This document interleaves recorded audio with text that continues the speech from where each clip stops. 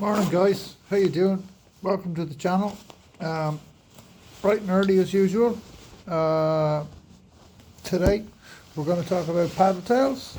I want to say thanks to everybody again. I keep getting messages. It's getting people through the winter, right? Waiting for the fishing like me. Let me show you how miserable it is here today. Just in case you thought you were the only one being exposed to the absolutely horrific weather, right? Lashing rain, stinky cold southeasterly wind, absolutely no opportunity to fish, right? So if we can't go fishing, let's talk about fishing instead, right? So when it comes to paddle tails, there are a huge array of baits available on the market. You know, some are really good, some are not so good. You've got lots of guys making paddle tails, you've got lots of guys making imitations of paddle tails, and that's fine.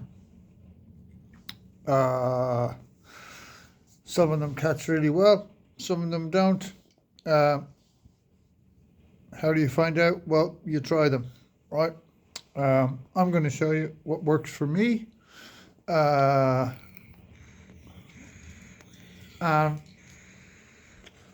Additionally, I'm going to talk a bit about jig heads and stuff and why they're important and how to use them and all the rest for beginners, right? Before I do that, a couple of things. So someone I know is selling a really nice little Honwave T35.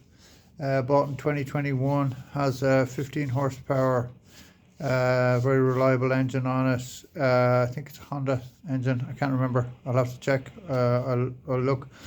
But if you've any interest in Ireland in a small, really useful inflatable boat, what they call a sib, right?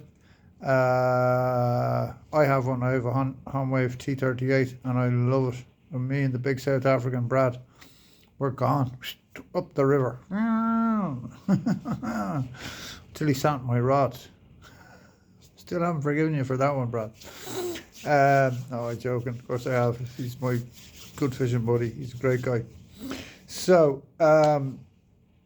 yeah, so if you're interested, drop me a DM and I'll put you in touch with the person who has the boat or whatever. It looks like a really nice little machine. I know it's been flying around Cork Harbour there, so if it can handle Cork Harbour, it can handle a bit of stick, right? Now, paddle tails, what about them? What's the best? How do you fish them? What do I use? What do other people use? Why? Okay, so you can go from the very small to the very, very big, right? So when we're talking small, we're talking really small, right? That's a little bait from Raid, Japan, okay? Now, if you look at the size of the tail in comparison to the size of the actual bait, you'll understand, and I love this little spinner blade, right? And the weed guard, can you see that? I know my lighting is not great, I'm working on improving all that stuff now because the channel is getting a bit of following, right? So, that's what we mean by small. I mean, there you go in my hand, right? It's a tiny little bait, right? It's probably about 60 ml, 50 even, right? Then we get up to sort of 5 inches, right? So that's the eyes in the sky, 1-up shad, okay? Now that's rigged weedless, right? So I could fish it over the top of weed beds, you know, bass often, especially in the estuary and on the coast, right? Here's a really good tip. Like if you're approaching a rock mark, say, don't walk straight up to the tip of the rock. Hang back. Cast into the nooks and crannies that are really close in. Because often there's a fish sat right on the shore. Like if there's anything like 3, 4, 5 foot of water, they'll sit right tight to the rock Like if you think about it, when you're in the boat, if you boat fish at all, you're always aiming at the shore, right? But when you're on the shore, you're always aiming out the way. So I copped on a lot of years ago, we're spooking a heap of fish by walking up here. So my first casts are made from way back, and I just it out and I'll flick something like that, right, in and around the place, okay, in a full 180 to make sure there's not a fish hanging in close that I'm going to spook and not hook, because I think when you spook one fish, you probably spook a whole heap of fish, because if it takes off and others see it taking off, they'll be gone too. That's just what I think. Could be told bullshit. It's just what I think, right? You know, it just herd instinct, right? One fish gets scared, bunch of fish get scared, right? That's kind of as deep as the science goes, but it's an educated guess, let's put it that way. So I'll throw something like that, or maybe a weighted version of that, okay? Now, I like, as I've said many times, I like the twist lock, right? For a very good reason. Watch. So there we go. I just twist off my bait. I've got a plain hook, and I can swap out baits, right? Now, what I'm about to show you, and this is not the hook for it, by the way, not strictly a paddle tail, but I would put it in the same class because it's fished the same in a very similar way. It's a simple cast and retrieve lure. Listen to that. That's a 7-inch curly tail, right? That has caught me a lot of fish, right? Now, in fairness, you're not really going to be able to see why with the equipment I have, and I'm not cutting open a packet of jig heads, right? But if you get the right jig head, right, like a Coyote 4.0, 15 gram, and you throw that into the surf and just straight let it sink to the bottom and straight retrieve it, that tail has got beautiful action. It's just this like spiraling action, right? So like pike fishermen are mad for those curly tails, right? But you don't see them so much in bass fishing. I do quite a bit of pike fishing, so I thought, like, they're all predators. Like, surely the bass will respond really well to a curly tail. And they do, you know, and the small little X-layer curly tail is absolutely lethal as well. So size is important. Like early in the season, I tend to fish a little bit smaller because the bait is a bit smaller. Not always though. I'll try bigger lures too, right? Like, because you just never know. You never know what they're feeding on or what's about. Now, this is some of the bigger stuff, right? So that's the Mad Shad 140. Now those are going for half nothing on the site at the minute, by the way. And that's on a 25 gram jig head. Now that is for the big stuff, right? That's for the surf, okay? And the 8'5" heavy favorite rod, the Black Swan. It absolutely flies, right? It's just, that's French Wakasagi. It's a lovely copy of a smelt, right? And we get loads of smelt around here. They drop in the back and then they fall out on the tide. I've often been stood in the back on high water and there's just wave after wave of smelt going past you, you know, just sauntering along, right? And that's the other thing. Bait doesn't like jump around, you know. It really goes quite slowly, like, you know what I mean? It's just like, it's not flying around the place. Now, the one thing you will see flying around the place are sand eels when you stand on the sand, but that's only because you're scattering them. If you stand on the side of a pier with a pair of Polaroids, right, that has sand eel around it, and you look down, you'll see them. They're just hanging there, doing very little, like just, you know, you ever get that lazy mate in work who does very little? That's what they're like, you know, just so. it's a thing to think about when you're using your paddle tails. Now, I do like to match the hatch sometimes, right? I really do. I think it makes a difference. So if I'm fishing over, kelp beds or areas where the bass are used to there being lots of pollock, small pollock, I think you cannot beat the 5-inch one-up shad, either in tinsel brown or pollock or whatever, right? For daytime fishing. Okay, just lovely. And that's the 10 gram rolling head in a 3-0, right?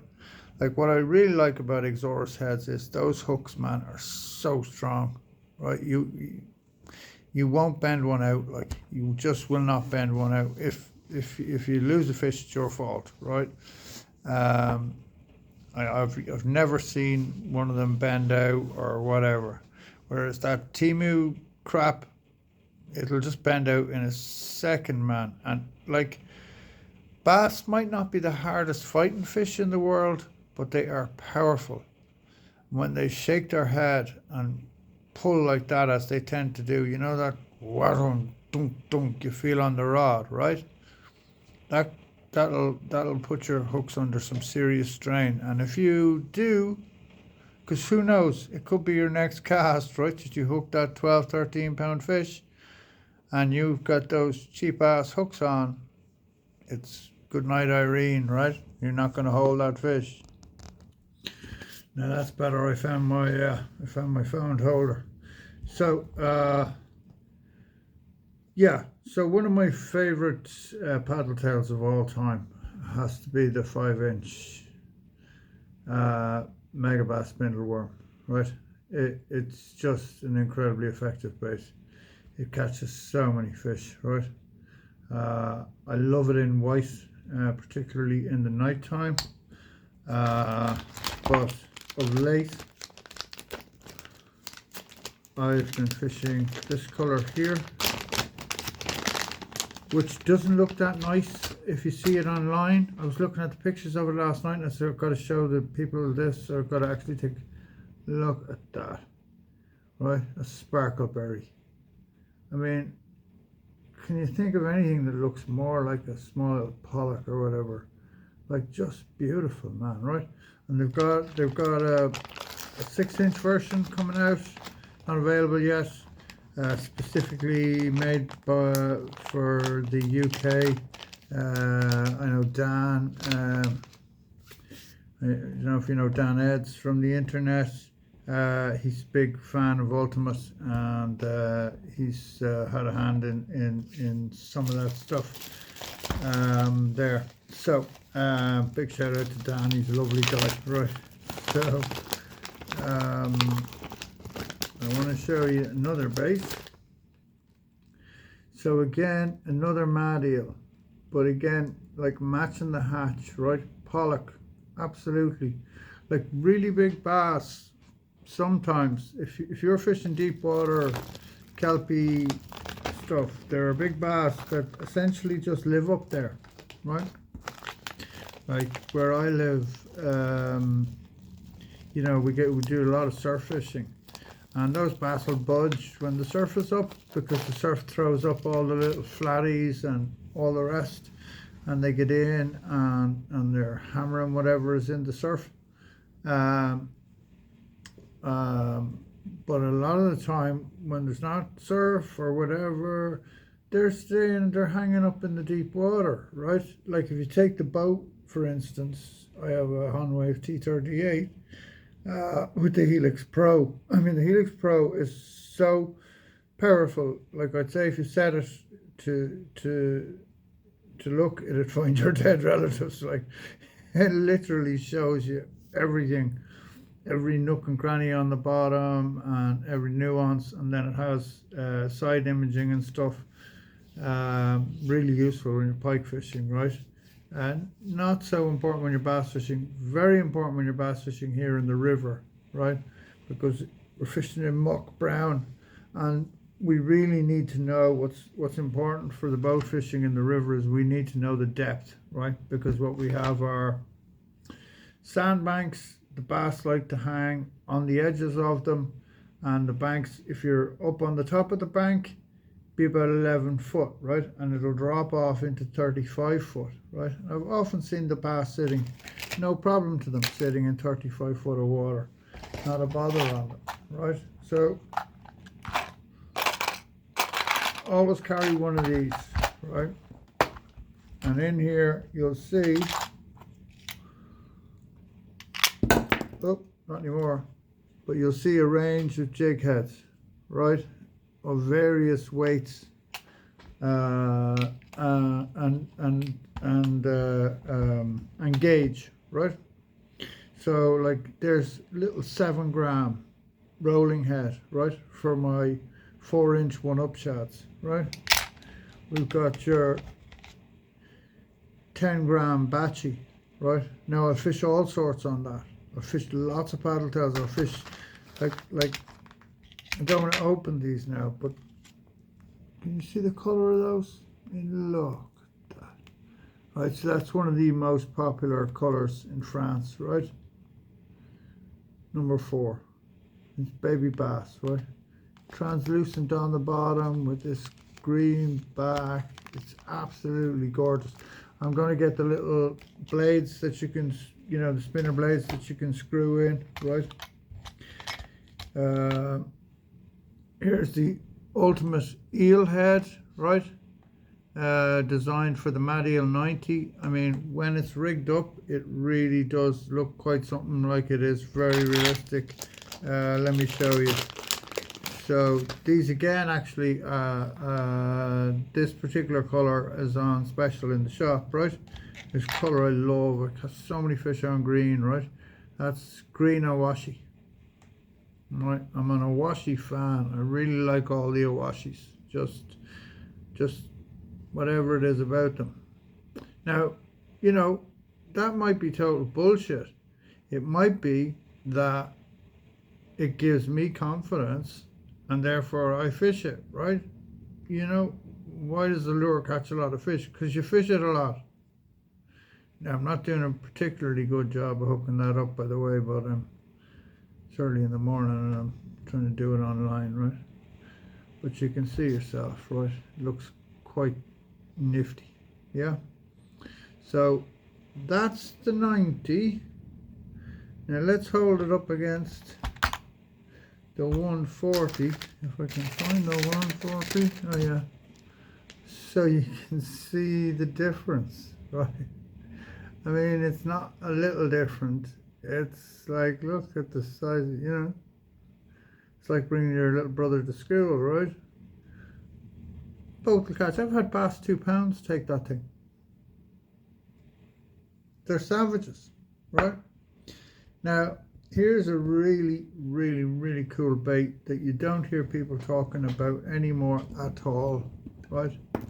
And it is the Sayori Shad 140. Okay, now I saw Richard Cake taking an 11.5 pound fish on one of these, right? Again, that's not the right size jig head, so I don't want to bust them open because I don't need them at the minute. They'll work lovely on those,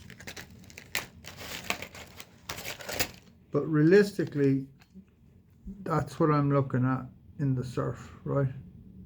So that's 20 gram rolling head, okay, with this bad boy on the back.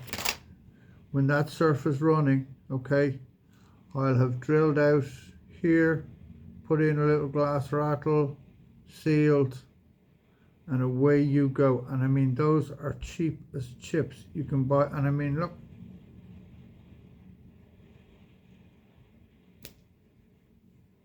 it's still perfect, right? I mean, hardy, right? Throw a bit of Halco scent on there, Bob's your uncle, okay?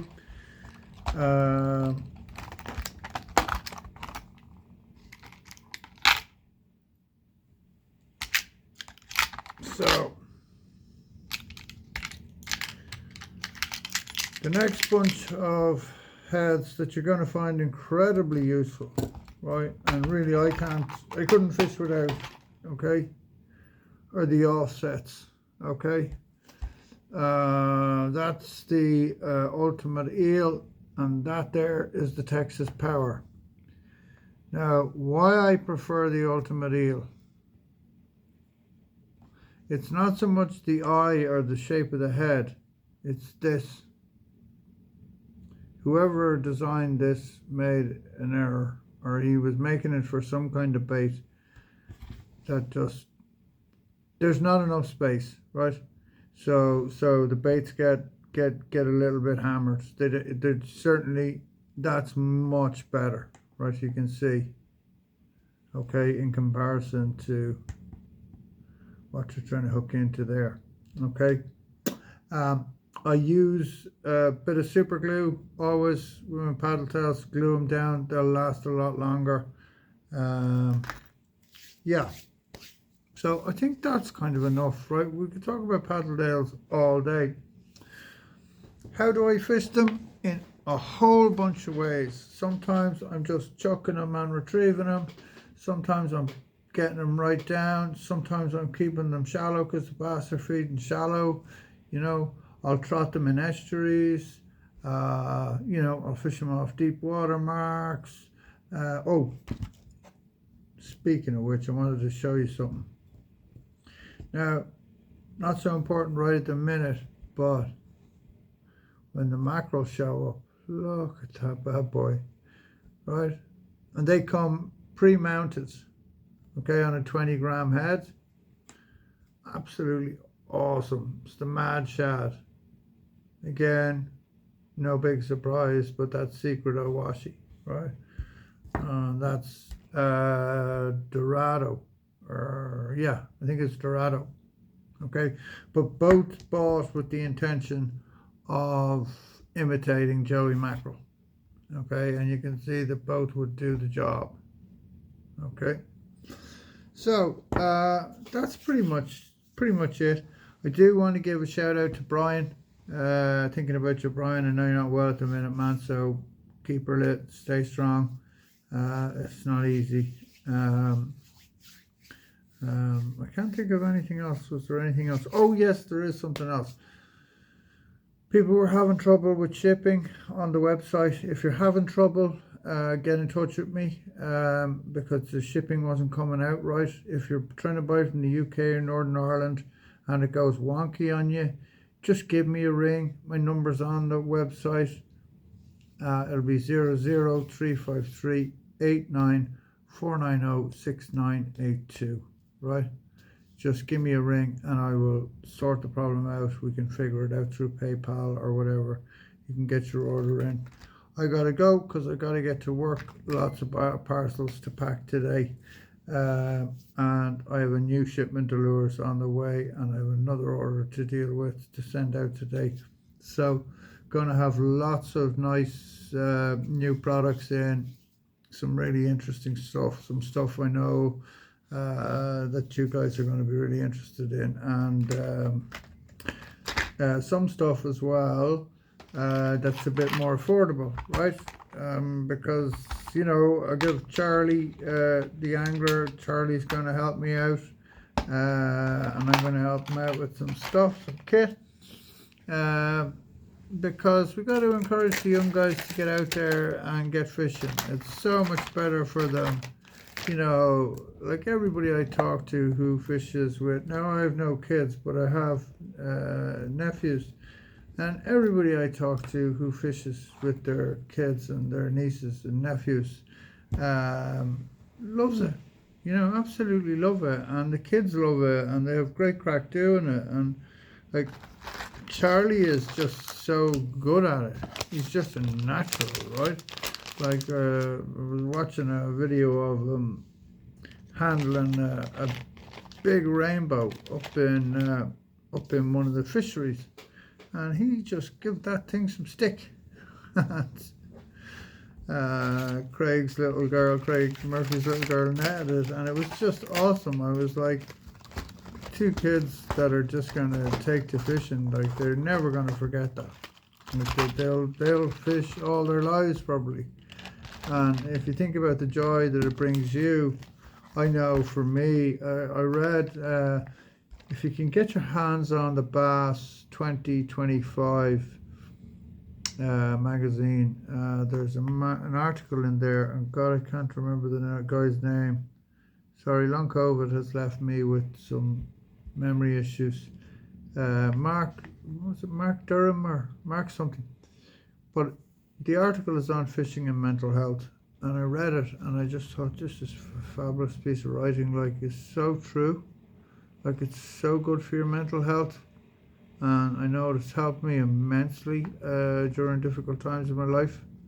You know, when I was sick, all I could think was, you know, I had Dave Tilley. Many of you will know Dave from the fishing business. Dave used to message me all the time, you know, how you doing, Pat? Remember, the fishing is the prize, right? Fishing is the prize. Rest today, exercise tomorrow. Rest, exercise, rest, exercise. You know, like, so supportive, right? There's a wonderful community of people in fishing. There are some not so wonderful people, but just pay no attention to them. Yeah. And thanks for all the business as well, by the way. I mean, you know, I am gobsmacked because I'm sticking my neck out here at 52 to leave my full-time job and, you know, go over to Total Change. But you know what? I've got something to bring to the table. So why not try something? And actually, I love it. I really am enjoying myself. Like, people will be like, oh, it's not monotonous packing boxes and stuff. No, because I get to talk to customers all the time, and they ring you up and say, oh, I'm delighted with this, or oh, that looks really cool, or, you know, it's nice. It's great. And like, my birthday was fantastic. So many people got a hold of me. Like, you know, it's like just really, really pleasant, really decent human beings. So I'm having a good time. So I'm going to keep doing what I'm doing. But that's my 10 cents on paddle tails, guys. Obviously, I didn't cover these guys. And notice the packet is empty. But I will get into it. I want to talk about the whole sleeper range separately. I'm going to talk about the gill, dark sleeper, sleeper craw, right? All separately. Because I think they all belong in the one family of bait or whatever. Okay, so have a great day, everybody. Thanks for tuning into the channel, and we will see you soon. Tight lines.